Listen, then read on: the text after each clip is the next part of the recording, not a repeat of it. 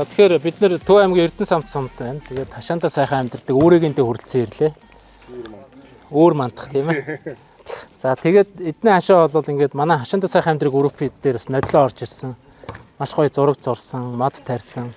Дээрээс нь эдний бол жорлон болол гайхалтай байгаа. Та сая орлоо энэ чинь би орж үзлээ. Ерөөсөө яг л төв суурин газрын одоо орон сууцны нойл шиг л тагчулсан байна. Босоо шилдвэртэй бас тэгээд суух боломжтой ингээд гоё шийдсэн байна. хөдөө гадаа явахарч бас нойлын асуудал нэлээд хэцүү шттэ. Гэхдээ ерөөсөө л одоо юу гэдгийг сумын төв дээр за зарим бүр сумын төв ч гэх юм аймгийн төв дээр ч гэсэн нойлын асуудал маш хүнд газар зөндөө байгаа тийм ээ. Одоо бохор үнэртэй л ингээл те байдаг. Тэгэхээр дээрэс нь чинь орчны бохор зам болоод ирэхээр ялаа батхан тэгэл одоо дахиад доошоо энэ хөрсний бохордлон төр үсгээд явж байгаа шүү дээ.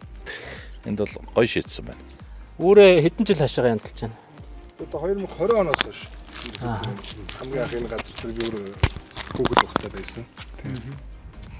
Тэгчээд 2020 онд энэ газараа буцааж өөрөө хөдөлж аваад тэгээд ийм энэ гашаан дээр акц ерөөсө зэрлэгнээс өөр юу ч ургадаг. Тэгээд нөгөө одоо ийм блокын гашаатай чинь ойролцоо нэг ийм номтог шороонууд ирээд хоримтлжтэй шүү дээ хөдөөний тим юмнуудээс бүгдийг ингийн ковшор гусуулаад янзлуулаад тэгшлүүлээд ийм жоо ийм налуу хийсэн тэгшлүүлээд тэгэл хамгийн анх гашаагаа анх барайл хамгийн анх жижигхэн байшин барайл зүгээр хүүхдүүдээ салхилуулдаг тийм газар байлгаа л гэсэн бодолтой байсан. Тэгээд зүйлдээ ингээд нэг гашаандаа сайхан амьдрэх группээс орж юмнуудын үзэл тэгэл хийж явсаар гол одоо ийм болцсон байна. Гашаага танилцуулбал одоо энэ манай гараж байгаа.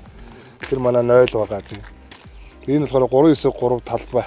Яг стандарт талбайгаар цутгацсан ба. Би одоо энийг Эрзэнэн бодгийг нь авчихсан. Бодож амжаагүй л. Гэхдээ актер тийм тоглож болохгүй яг 3 хүүтэй. Өвгүүдтэй зориулж хийсэн. Гашаа байгаа. Тэгээ одоо энэ ч болохоор ингээд нийтдээ сайн тоолох юм бол 100 гаруй шиг тавьсан байгаа. Хашаан дээр байгаа уултын зургууд нь энэ болохоор зүгээр зохиомл зургууд тий. Би бол хамгийн анх энэ гашааныхаа зургийг би хойд урд хоёрыг нэг солисон. Урд нь болохоор би дандаа нутгийнхаа гоё уулуудыг зуруулсан байсан чинь ингээд галцаж унаад харна. Болио тэгээд нодлын шинээр дэх зурсан. Өөрөө ч хоёулаа нэг дарханд нэг жорлонт гоё жорлон дээр атсан шүү дээ тийм. Тэгсэн. Тэгээ ингээд бусад одоо ингээд нэлээд явж явах шүү дээ. Ажлын жорлон гаралчна. Таралт чинь яг тэр нөгөө 98% цэвэршүүлэх төхөөрөмжийг тавьсан газруудад бид нар бас зүүн бүрэн дээр очсон, өөр бас 2-3 газрууд дээр очсон. Тэгээ тэр айлууд нь бас өөрснөө ярьсан. Одоо зогсоо зайгүй заримдаа бүр утас байнга дуурал энэ төхөөрөмжийн мэдээлэл авъя гэ. Тэгээ дээр нь одоо бас нөгөө ногоон зээлэд жилийн 2-3% хүнтэй ногоон зээлээр олгогдод эхэлсэн байгаа. За дээр нь тэр төхөөрөмжийг чинь нөгөө үйлдвэрлээд эхэлсэн Монголд. Тэгэхээр одоо нөгөө оруулж ирдгээсээ илүү үнэн хямдарна гэсэн үг болж байгаа. Тэгээ одоо хамгийн гол нь тэрийг урт хугацаатай зээлээр өгөх асуудал байгаа байхгүй юу? Одоо айлуудтай тий бид нар яг үнэхдээ саруулдаг жорлон хийж одоо хэдэн цемент болж исэн дорхно. Тэр төхөөрөмжийг аль болох зохион байгуулалтаа өгчих юм бол асуудалгүй шийдэгдэх боломжтой байна. Тойроо явж манай хашаантаа сайхан амьдралчид ер нь хэр амьдрах хүчнээ өөрчилж байгаа шүү. гайхалтай. Гол нь чинь нөгөө мэдээллүүд аягуулсан солилцсон юм байна. Одоо манай өөр хашааны эзэн бас одоо хэлж байгаа шүү дээ. 2018 онд хашаантаа сайхан амьдрий гэдэг чи одоо өнөөдөр 24 он чинь 6 жил болсон тий. За тэгээд нэг 489 мянган хүн тэнд байна гэдэг чинь нэг одоо айлаас гэж тооцох юм бол тэрний цааталтанд дор хаяж нэг сая гаруй хүн эндээс мэдээлэл авч байгаа шүү дээ. За тэгээд мэдээлэл авахтаа энэ нөгөө эрг хандлага хүмүүс нөлөөлдөг. Ингэдэг юм байна, тэгдэг юм байна. Заавал одоо их мөнгө зардал гэхээс илүүтэйгээр зохион байгуулалт хийж болт юм байна гэдэг. Сүүлийн үед энэ хашаантаа сайхан амьдрын одоо яг таны энэ бичиг дээр байгаа шүү дээ. Хөршийн холбоо гэдэг руу орж эхэлж байгаа тийм. Сая одоо бид нар Тарханд ч гэсэн Тархан уул аймгийн төв дээр бас нэг хүн 12 айлд нөлөөсөн ингээд хөршийн холбоо харагдсан тийм. Тэгэхээр ер нь бол энэ бол айгүй зүгээр юм билээ. Зөвхөн хашаандаа одоо ингээд зүлэг ногоод хараад гой дид бүтцийнхээс гадна эргэн тойрныхоо аюулгүй байдлыг хангасан байх.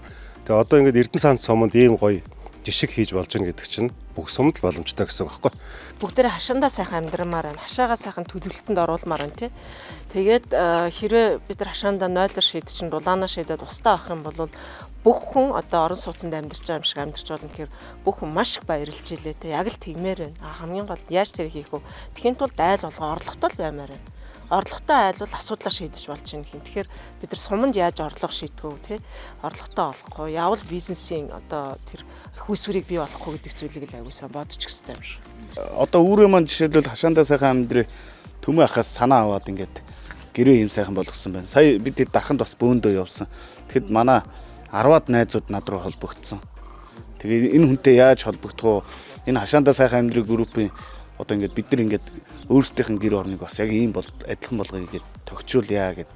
Тэгээ одоо энэ үүрээгэнд орж ирээд сая жишээлбэл энэ та энэ шийдийг харуул та. Шийд нь 3 эсрэг 3 айгүй гоё шийд талбайгаа айгүй гоё тогтчуулсан. Тэгээд манай дарханчууд бас Түмэн ах юм энэ ажиллагаа нэлээд нөлөөлсөн байлээ. Тэгээд 10-аад залуучууд холбогдсон. Нэг айл нөхөн жорлонгоо байхгүй болгоод ийм одоо орчин үеийн технологийн шийдэл гаргасан тохиолдолд нэгдүгээр хуу хүний одоо эрүүл мэндэд ямар одоо давуу талууд үүсдэг юм бэ гэж. Бүр маш энгийнээр бол ингээл өсвөр насны охтуудын дунд эмэгтэйчүүдийн өвчлөл нөгөө өвөл хүтэнд модон жорлонгоос гээл ингээл хүмүүс ярьж байгааг би сонсчихсон байхгүй. Хоёрдугаарт нь гэх юм бол энэ байгаль экологт ямар ач холбогдолтой ийм статистикуд байдаг уу? Тий байлгүй яах вэ? Тэгээд нөгөө одоо ялангуяа нөгөө ямар замын гэдэг үлээ. Одоо энэ өксөх замын халдвар өвчний 80% нь одоо нөхөн жорлонгоос үүдэлтэй байна гэж байгаа шүү дээ. Эмэгтэй хүүхдүүдийн, эмэгтэйчүүдийн. За дээрэс нь бол түрүү хэлж байгаа нөгөө эдийн засгийн хувьд бол эн чинь нөгөө юу гэх юм да бас их цаг зарцуулдаг зардалтай байхгүй нөхөн жорлонч өөрөө нөгөөтгөөс хорвуулна тий эсвэл дахиад нөгөө нөхөн ухна дахиад өөр газар барина. Тэгээ энэ чинь зардал үүсээд эдийн засгийн хувьд бол төвхтэй.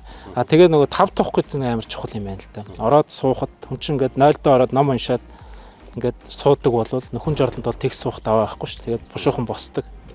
Тэгээ нөгөө үнэр та нар тав тух бол одоо амар хэцүү байгаа шүү дээ. Тэгээд ер нь бол нөгөө би хэлэх гээд байгаа санаа энэ суманд ягаад энэ хашаан таавахныг урьдсан бэ гэхээр манай өөрөгийн хашаанд ягаад заавал авчирсан бэ гэхээр ер нь энэ гэр хороол гэдэг зүйл чинь Улаанбаатар биш болцсон юм аа. 21 аймаг 330 сумд энэ гэр хорооллын асуудал байгаа маа. Тэгэхээр энэ суманд ч гэсэн энэ хашаа гэр хороол нөхөн жорлон яндан энэ асуудлуудыг бас бид нар шийдэх ёстой.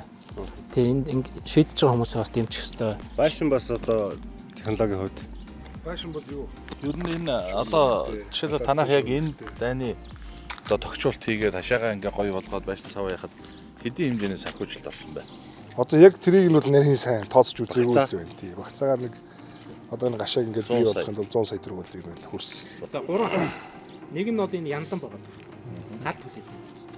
Энийг болиулах хэрэгтэй. Энийг болиулах арга нь бол дулаалах байхгүй. Дулаалчих юм бол цахилгаан халаалтаар шийдэж өөр асуудлаа шийдэж болно. Нэг яндан. Яаж янданг болох вэ? Хоёр дахь нь энэ нөхөн жорлонг болох хэрэгтэй. Хөрсний бохирдолгүй жорлон хит. За гуравт нь бол цэвэр усны асуудал байна. Тэгээ энэ гурван асуудлыг шийдэхэд бол одоо нэгэнт баригдчихсан юм байшингууд дээр шийдэхэд бол маш амархан байхгүй.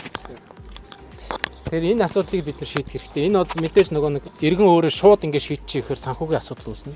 Тэгээд энд нь тохирсон одоо ийм асуудлуудыг шийдэх тийм санхүүгийн хөшүүргүүд байх хэрэгтэй наа л гэж яриад байгаа. За ингээд та бүхэн ингээд сайхан танилцаад гэр мэрээр нараад